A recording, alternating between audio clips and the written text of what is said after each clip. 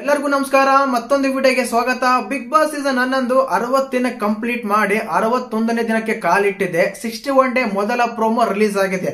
ಆ ಪ್ರೋಮೋದಲ್ಲಿ ಏನಿದೆ ಅಂದ್ರೆ ಆಕ್ಚುಲಿ ಮೊದಲ ಟಾಸ್ಕ್ ಕೊಟ್ಟಿದ್ದಾರೆ. ಇವತ್ತು ಮಂಗಳವಾರ ಕೊಡಬೇಕಾಗಿತ್ತು ಟಾಸ್ಕ್ ನ ಗುರುವಾರ ತಗೊಂಡ್ಬಂದ್ರೆ ನಾವು ಬಿಗ್ ಬಾಸ್ ಟೀಮ್ ಆಗ್ಲಿ ಕಲಾಸ್ಕರ್ ಟೀಮ್ ಆಗ್ಲಿ ಅವ್ರಿಗೆ ಒಂದು ದೊಡ್ಡ ಸೆಲ್ಯೂಟ್ ಹೇಳ್ಬೇಕು. ಯಾಕಂದ್ರೆ ವಾರ ಪೂರ್ತಿ ನಾಮಿನೇಷನ್ ಮಾಡಿ ಗುರುವಾರ ದಿನ ಟಾಸ್ಕ್ ಕೊಟ್ಟಿದ್ದಾರೆ. ಆ ಟಾಸ್ಕ್ ಯಾವ ರೀತಿ ಇದೆ, ಆ ಟಾಸ್ಕ್ ಯಾರು ಗೆಲ್ಬಹುದು, ಟಾಸ್ಕ್ ಇರೋ ರೂಲ್ಸ್ ಏನು, ಯಾರ್ಯಾರು ಯಾವ ತಂಡಲಿದ್ದಾರೆ ಅಂತ ನಿನ್ನೆ ಎಪಿಸೋಡ್ ನೋಡಿರ್ತೀರ ನೀವು. ಮತ್ತೆ ಟಾಸ್ಕ್ ಯಾವ ರೀತಿ ಇರುತ್ತೆ, ಯಾರು ಗೆಲ್ಲೋ ಚಾನ್ಸಸ್ ತುಂಬಾನೇ ಇದೆ, ಯಾವ ರೀತಿ ಎಲ್ಲ ಫೈಟ್ ಆಗಿದೆ, ಯಾರು ಸರಿ ಯಾರು ತಪ್ಪು ಅಂತೆಲ್ಲ ಮಾತಾಡೋಣ. ದಯವಿಟ್ಟು ಚಾನಲ್ ಯಾರು ಹೊಸ ನೋಡ್ತಿದ್ರೆ ಮಿಸ್ ಮಾಡ್ದೇನೆ ಸಬ್ಸ್ಕ್ರೈಬ್ ಮಾಡಿ, ಲೈಕ್ ಮಾಡಿ, ಶೇರ್ ಮಾಡಿ.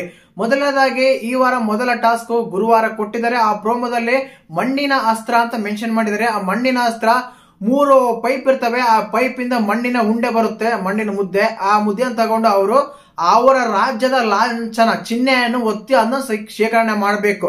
ಕೊನೆಯ ಟಾಸ್ಕ್ ಅಲ್ಲಿ ಯಾರ ಹತ್ರ ಆದ್ರೆ ಆ ಚಿಹ್ನೆಗಳು ಜಾಸ್ತಿ ಇರ್ತವೋ ಆ ಯುವರಾಣಿ ಅಥವಾ ರಾಜ ಯುವರಾಜ ಗೆದ್ದಂಗೆ. ಮಹಾರಾಜ ಮಂಜಣ್ಣ ಗೆಲ್ತಾರ ಇಲ್ಲ ಯುವರಾಣಿ ಗೆಲ್ತಾರ ಅಂತ ನೋಡ್ಬೇಕಾದ್ರೆ ನೀನ್ ನಿನ್ನೆ ನೋಡಿರ್ತಾರ ಯಾರ್ಯಾರು ಯಾವ ತಂಡ ಸೇರ್ಕೊಂಡಿದೆ ಅಂತ. ಯುವರಾಣಿ ಅಂತ ಬಂದಾಗ ಶಶಿರು, ಚೈತ್ರ, ನಮ್ಮ ಶೋಭಾ ಶೆಟ್ಟಿ, ಹನುಮಂತು, ರಜತ್ ಅವರಿದ್ದಾರೆ. ನಮ್ಮ ಮಹಾರಾಜ ತಂಡ ಅಂತ ಬಂದಾಗ ಭವ್ಯಗೌಡ, ನಮ್ಮ ತ್ರಿವಿಕ್ರಮ್, ಗೋಲ್ಡ್ ಸುರೇಶ್, ಹನುಮಂತು, ಐಶ್ವರ್ಯ ಇವ್ರು ಒಂದ್ ತಂಡದಲ್ಲಿ ಇದ್ದಾರೆ. ಅಂದ್ರೆ ಈ ಮಹಾರಾಜರ ತಂಡ, ಯುವರಾಣಿ ತಂಡ. ಈ ತಂಡದಲ್ಲಿ ಆಲ್ಮೋಸ್ಟ್ ಅಲ್ಲಿ ನನಗನ್ಸುತ್ತೆ ಈಕ್ವಲ್ ಆಗಿದಾರಂತ. ಕಂಪೇರ್ ಟು ನಮ್ಮ ಯುವರಾಣಿ ತಂಡ, ನಮ್ಮ ಮಹಾರಾಜರ ತಂಡ ಒಂದ್ ಸ್ವಲ್ಪ ಇದು ಅಂದ್ರೆ ಏನಂತೀವ ನಾವು ಫಿಸಿಕಲಿ ಫಿಟ್ ಆಗಿದಾರೆ ಅಂತ ಅನ್ಸುತ್ತೆ. ಯಾಕಂದ್ರೆ ಗೋಲ್ಡ್ ಸುರೇಶ್ ಅವರಿದ್ದಾರೆ, ನಮ್ಮ ಧನರಾಜ್ ಅವರಿದ್ದಾರೆ, ತ್ರಿವಿಕ್ರಮ್ ಅವರಿದ್ದಾರೆ, ಭವ್ಯಗೌಡನು ಫಿಸಿಕಲ್ ಆಗಿ ತುಂಬಾ ಚೆನ್ನಾಗಿ ಗೇಮ್ ಮಾಡ್ತಾರೆ. ಆದ ಕಾರಣ ಇವ್ರ ಟೀಮ್ ಸ್ವಲ್ಪ ಸ್ಟ್ರಾಂಗ್ ಅನ್ಸುತ್ತೆ. ಆದ್ರೆ ಈ ಟಾಸ್ಕ್ ನೋಡಿದಾಗ ಏನಾಗುತ್ತೆ ಅಂದ್ರೆ ರಜತ್ ಅವರು ತುಂಬಾ ಓವರ್ ಆಯ್ತು ಅನ್ಸುತ್ತೆ. ತಲೆ ಬುಲ್ಡೆಲ್ಲ ಹೊಡೆದಾಕ್ತೀನಿ ಅಂತೆಲ್ಲ ಸ್ಟೇಟ್ಮೆಂಟ್ ಕೊಡ್ತಾ ಇದಾರೆ. ಇದಕ್ಕೆ ನಮ್ಮ ಮಹಾರಾಜ ಮಂಜಣ್ಣ ಕೂಡ ತುಂಬಾ ರಿಯಾಕ್ಟ್ ಮಾಡ್ತಾರೆ.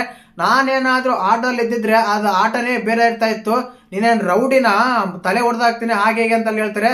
ಹೌದು, ರಜತ್ ಅವರು ನಗಿಸ್ತಾರೆ, ಮಾತಾಡ್ತಾರೆ, ಬಟ್ ಮಾತಾಡೋದ್ರಲ್ಲಿ ತುಂಬಾ ಓವರ್ ಆಗ್ತಾ ಇದೆ.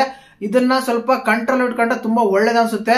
ಆಟ ಆಡ್ಮೇಲೆ ನೀನ್ ಸ್ಟ್ರಾಟಜಿ ಯೂಸ್ ಮಾಡು, ಫಿಸಿಕಲಿ ಆಡೋ ಎನಿವೇ, ಬಟ್ ತಲೆ ಬುಲ್ಡ ಹೊಡೆದಾಕ್ತೀನಿ, ತಲೆ ಹೊಡೆದು ಹೋಗುತ್ತೆ, ಇಂತ ಮಾತ್ರಲ್ಲ ಈ ಬಿಗ್ ಬಾಸ್ ಮನೆಯಲ್ಲಿ ಸರಿ ಇರಲ್ಲ ಅಂತ ಅನ್ಸುತ್ತೆ. ಆಕ್ಚುಲಿ ಈ ಟಾಸ್ಕ್ ನೋಡಿದಾಗ ಮೊದಲೇನೆ ನಮ್ಮ ಯುವರಾಣಿ ತಂಡದವರು ಸ್ವಲ್ಪ ಎಲ್ಲೋ ಎಡವಿದ್ದಾರೆ ಅನ್ಸುತ್ತೆ. ಧನರಾಜ್ ಆಟ ಆಡಿದ್ದಾಗ್ಲಿ, ಧನರಾಜ್ ಅವರು ಅಲ್ಲಿ ಹೋಗಿ ಅದರೊಳಗೆ ತಗೊಂಡ್ಬಂದಿದ್ದಾಗ್ಲಿ, ಈ ಟೈಮಲ್ಲಿ ನಮ್ಮ ಯುವರಾಣಿ ಅವ್ರು ಹೇಳ್ತಾರೆ ಮೈ ಮೇಲೆ ಬಿದ್ದು ತಗೊಂಡು ಹೋಗಿದ ಅಂತ. ಇವ್ರಿಗೆ ಯಾವಳೋ ಇವಳು ಅಂದ್ಬಿಟ್ರೆ ತಪ್ಪಾಗ್ಬಿಡುತ್ತೆ. ಗಂಡು ಮಕ್ಕಳು ಯಾವನೋ ಪಾವನೋ ಅಂತ ಏನ್ ಬೇಕಾದ್ರೂ ಅನ್ಬೋದು ಅನ್ಸುತ್ತೆ ಈ ಪ್ರೋಮೋ ನೋಡಿದಾಗ ನಮ್ಗೆ. ಆಕ್ಚುಲಿ ಪ್ರೋಮೋ ನೋಡಿದಾಗ ಸ್ವಲ್ಪ ಹೆವಿ ಫಿಸಿಕಲ್ ಆಗ್ತಾ ಇದೆ ಅನ್ಸುತ್ತೆ. ತ್ರಿವಿಕ್ರಮ್ ಅವರು ಮತ್ತು ರಜತ್ ಅವರು ನಮ್ಮ ಮಹಾರಾಜರ ಒಂದು ಟೀಮ್ ತಗೊಂಡೋಗಿ ಎಲ್ಲ ಅಲ್ಲಿರೋ ಒಂದು ಟೇಬಲ್ ಎಲ್ಲ ಬಿಡದ್ ಬಿಸಾಕ್ತಾರೆ. ಇವರು ಅದೇ ರೀತಿ ಮಾಡಿದ್ರು, ಈಗ ಇವರು ಅದೇ ರೀತಿ ಮಾಡ್ತಾ ಇದಾರೆ. ಮತ್ತೆ ಈ ಟಾಸ್ಕ್ ನೋಡಿದಾಗ ಸ್ವಲ್ಪ ಪ್ರೋಮೋ ಅಬ್ಸರ್ವೇಷನ್ ನೋಡಿದಾಗ ಸ್ವಲ್ಪ ನಮ್ಮ ಮಹಾರಾಜರ ಟೀಮೇ ಸ್ವಲ್ಪ ಎಲ್ಲೋ ಎಡವಿದೆಯಾ ಅಂತ ಅನ್ಸ್ತಾ ಇದೆ ಫಿಸಿಕಲ್ ಆಗಿದ್ರು. ಯಾಕಂದ್ರೆ ಅದೆಲ್ಲ ಕಾನ್ವರ್ಸೇಷನ್ ಆದ್ಮೇಲೆ ಮಹಾರಾಜರು ತುಂಬಾ ಗರಂ ಆಗಿರ್ತಾರೆ, ಇವರೇನೆ ತುಂಬಾ ಕೂಲ್ ಆಗಿರ್ತಾರೆ. ಆದ ಕಾರಣ ಟಾಸ್ಕ್ ಗೆದ್ದಿರೋ ಸ್ವಲ್ಪ ಸ್ಮೈಲ್ ಬರುತ್ತೆ, ಟಾಸ್ಕ್ ಸೋತಿರೋ ಸ್ವಲ್ಪ ಎಮೋಷನ್ ಇದಿರುತ್ತೆ. ಆದ ಕಾರಣ ಈ ಟೋಟಲ್ ಆಗಿ ಟಾಸ್ಕ್ ನೋಡಿದಾಗ ಇಬ್ರಿಗೂ ಪೈಪೋಟಿ ಇದೆ. ಗೆಲ್ಲದ ಯಾರು ಅಂತ ನೋಡ್ಬೇಕಂದ್ರೆ ನಾವು ಎಪಿಸೋಡ್ ನೋಡ್ಲೇಬೇಕಾಗುತ್ತೆ.